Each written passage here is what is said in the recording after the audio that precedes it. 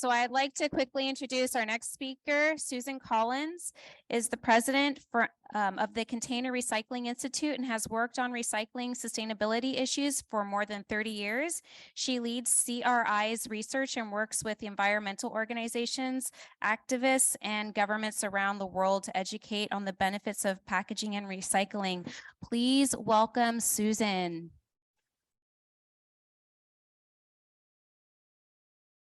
Thank you, Jessica. Thank you, everyone, and good morning. So I'm going to be talking about what's new for California's beverage container recycling program. And right off the bat, I want to say this is huge, big, complex. What I'm presenting today is just the highlights. I want to point out my colleague, Mara Lamb. Can you raise your hand? There we go. Mara is here and will be here throughout the day. Mara has handouts with more information if you're seeking more after this presentation. Also, our website has way more. And for a deeper dive, our members of CRI can access our webinar. So I'll start by saying, hallelujah. This is the biggest changes in 22 years to our state's bottle bill, and it's the biggest expansion in any bottle bill in the US in the last 12 years.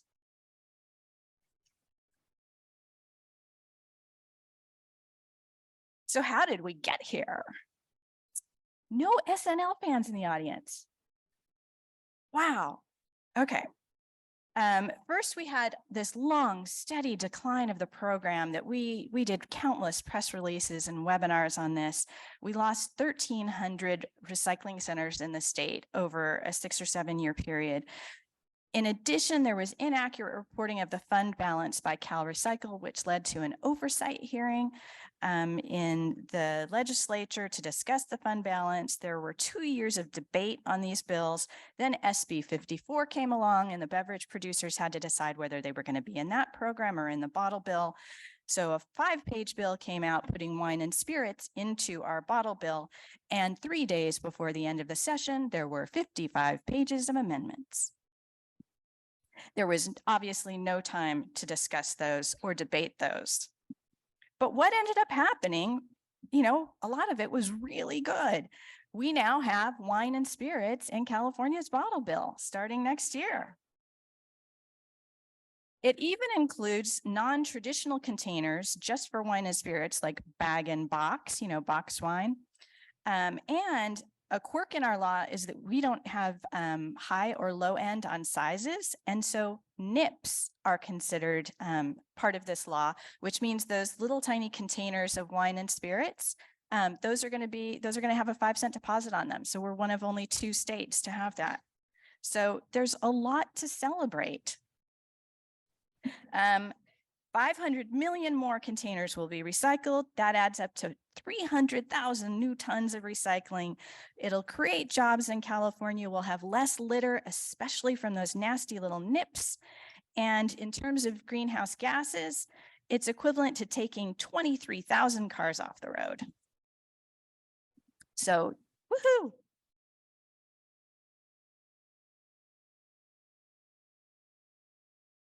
But then on the not so great side, expansion of convenience zones is, and this is a wonky issue, but CRI has always been opposed to less convenience. Now, thousands of the stores in the state are suddenly considered served just because the maps drew bigger circles around the redemption centers, and that ended up covering more of the stores. And if that's super confusing or it doesn't make any sense to you at all, no worries. We have a fact sheet on our website about that.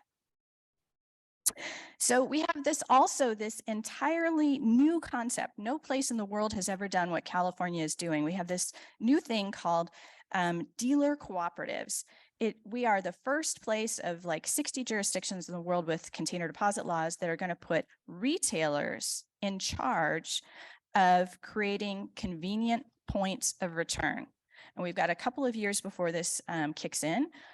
We're just all waiting and watching to see what this turns out to be in reality.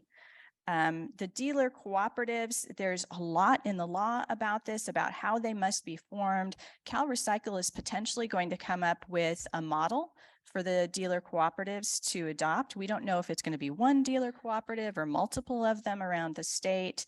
The emergency regulations have to be adopted by the end of this year. So Cal Recycle is now seeking authority to hire several dozen new staff to take care of this, as well as the other new features of the program that I'm going to touch on. So another thing is that small stores will be entirely exempt if they meet these certain thresholds. Also, the maximum number of exemptions statewide is now only going to be 15%, where it used to be 35%. So the landscape is changing so much. Cal Recycle has had to develop new maps and has also had to host webinars and meetings to meet with the dealers to explain their new obligations under the law, whether they're in or out. SB 1013 also put together various grant programs, tons and tons of money. I'm going to get to that near the end, more than the program even has. So they have all of these different long names, and there's really no parameters set up yet for how these grant programs are going to be operating. So those dozens of new people from Cal Recycle are going to have the job of figuring out how these new grant programs operate. Also, the post-consumer recycled content requirements that are in the law currently for other beverage containers will also apply to the wine and spirits containers. Our recycled content law for plastic beverage containers has the highest requirements in the world. We're number one, up to 50% when the law is fully implemented by 2030. And the entire recycled content law had a fatal flaw that we discovered early in 2022. And amazingly, it was corrected by the legislature and the law was saved. That too is in a fact sheet on our website. So here's the financial summary. SB 1013, because of those 55 pages of amendments, has $900 million in spending over 6 years. AB 179, another bill that came out a few days before the end of the legislative session, put another $400 million in spending. And the two bills together now total $1.3 billion in spending for this program. Well, that's exciting that there's all these new grant programs, but the beverage container recycling fund balance was less than $700 million as of the middle of last year. So the overspending will have to be addressed, and we don't know how this is going to happen. So with that, I thank you. And to learn more, we have a free weekly headlines newsletter that gives information about this. If you become a member of CRI, you have access to all of our webinars. We have a webinar that is an hour and a half long on this subject that goes into all the details that I just sort of skipped over. And our contact information is here too. And I still have 2 minutes left. Thank you.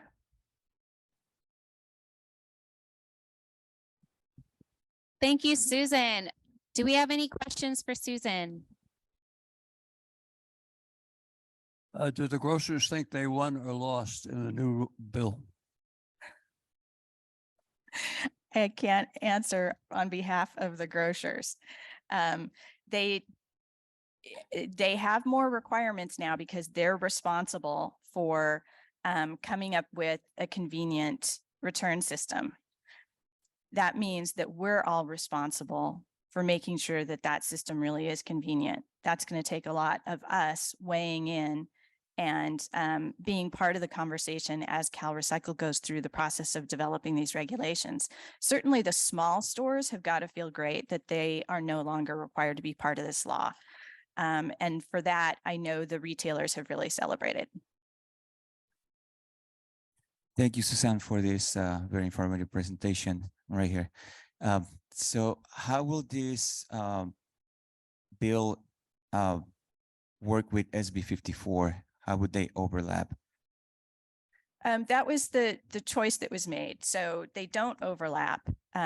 The wine and spirits distributors knew, or distributors and manufacturers, the producers basically, knew that they would either have to be in one program or another. By making themselves part of the beverage container deposit program, they are putting those materials into the deposit system, which delivers much higher quantities and much higher quality of material. And given that there are 5 bottle making facilities in this state, they really, really wanted that clean cullet to use to make new bottles again. And one of the things that I glossed over going very quickly was that they secured buckets and buckets of funding to do it. It'll add up to potentially $300 million. Thank you. I got a question up top. You want me to go first? Hi, I have a question about the bladders, HDPE and LDPE. Are those recyclable? Are there markets for that? How are you going to collect it? Is it part of the box? Can you just go a little bit more in depth on your bladders? Yeah. So, and just to explain this a little more, bag and box, boxed wine, which amazingly about 15% of the volume of wine that is sold is in those box wine, because the boxes are big enough, most of them, to hold like 4 bottles worth of wine. So that is a question that everybody's asking. How, it's right in the name, the bag's inside the box. How are we ever going to get those 2 things separated? How will recycling centers deal with that? Nobody knows the answer to that. So stay tuned, and it's definitely, something to really discuss. Can I ask a question? Okay. I was curious if the actual monetary amount for the CRV has increased to reflect inflation, or is that the same now? So Yes and no. It actually started at only a penny, then went to 2 cents, then 2.5 cents, then 4 cents, then 5 cents. But it's been at 5 cents for a long time. And ideally, it would need to be increased to give people a decent incentive. But there are pros and cons to doing that in an environment where we still don't have the convenient infrastructure. It's not fair to raise the deposit on people who have no possible way of getting the deposit back because they live in a redemption desert. So we have to fix that first. Thank you, everyone.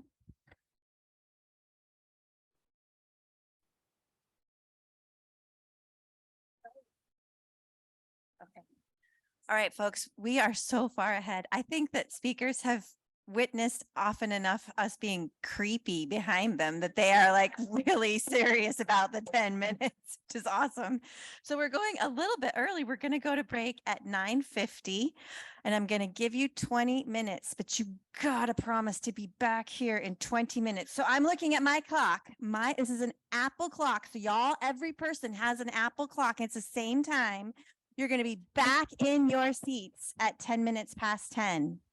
Kiana, if you're in this room, please make yourself known to me. Okay, go be great.